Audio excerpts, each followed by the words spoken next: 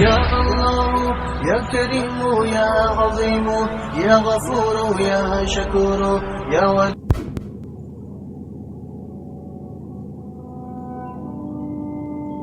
بسم اللہ الرحمن الرحیم۔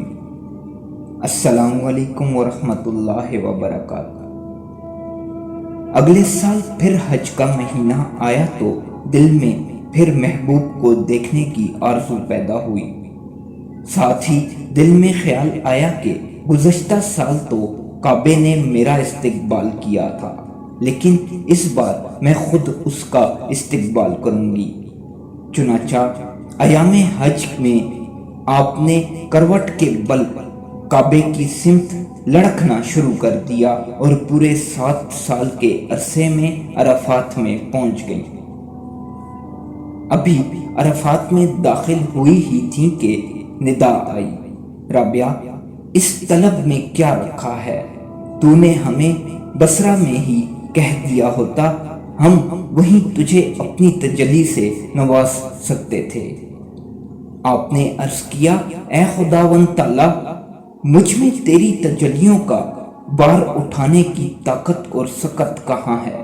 البتہ آپ سے استدعا ہے کہ مجھے رتبہ فقر عنایت کیا جائے۔ ندا آئی، رابعہ فقر کا رتبہ تو ہمارے کوہر کے مترادف ہے، جس کو ہم نے صرف ان لوگوں کے لیے مخصوص کر دیا ہے جو ہماری بارگاہ سے اس طرح متصل ہو جاتے ہیں کہ بال برابر فرق نہیں رہتا، پھر ہم انہیں قربت سے محروم کر کے ان سے لذت وصال چھین لیتے ہیں اور پھر ان کو ہجر کی آگ میں ڈال دیتے ہیں۔ اس کے باوجود ان کو کسی قسم کا حزن و ملال نہیں ہوتا، بلکہ وہ میرے قرب کے لیے اثر نو سرگرم علم ہو جاتے ہیں۔ اے رابعہ، اس وقت تو دنیا کے 70 پردوں میں ہے، اور جب تک تو ان پردوں سے باہر آ کر ہماری راہ میں گامزن نہیں ہوتی، اس وقت تک تجھے فقر کا نام بھی نہیں لینا چاہیے۔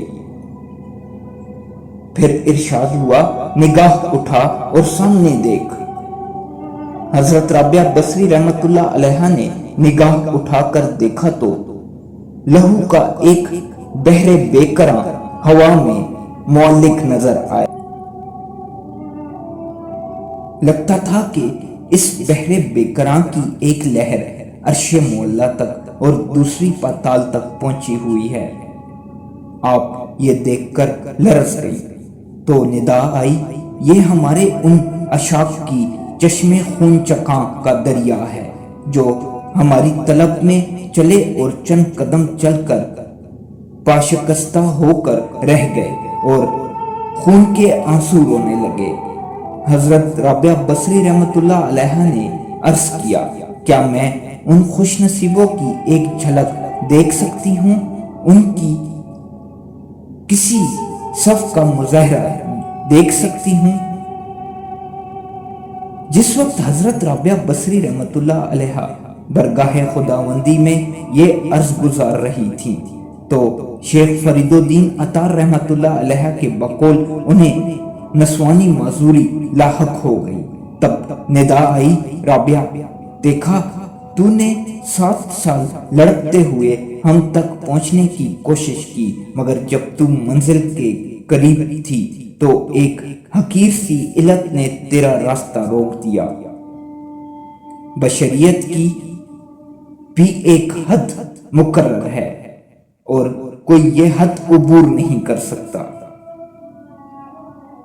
حضرت رابعہ بصری رحمت اللہ علیہ نے پھر التجا کی، اگر میری بشریت کی یہی حد مجھے تیرے گھر میں رہنے سے روک رہی ہے تو پھر مجھے بصرہ میں ہی سکونت کی اجازت دے دیں، چونکہ میں تیرے گھر میں رہنے کی اہل نہیں ہوں اور یہاں آمد سے قبل میں صرف تمنائے دیدار میں زندگی بسر کر رہی تھی۔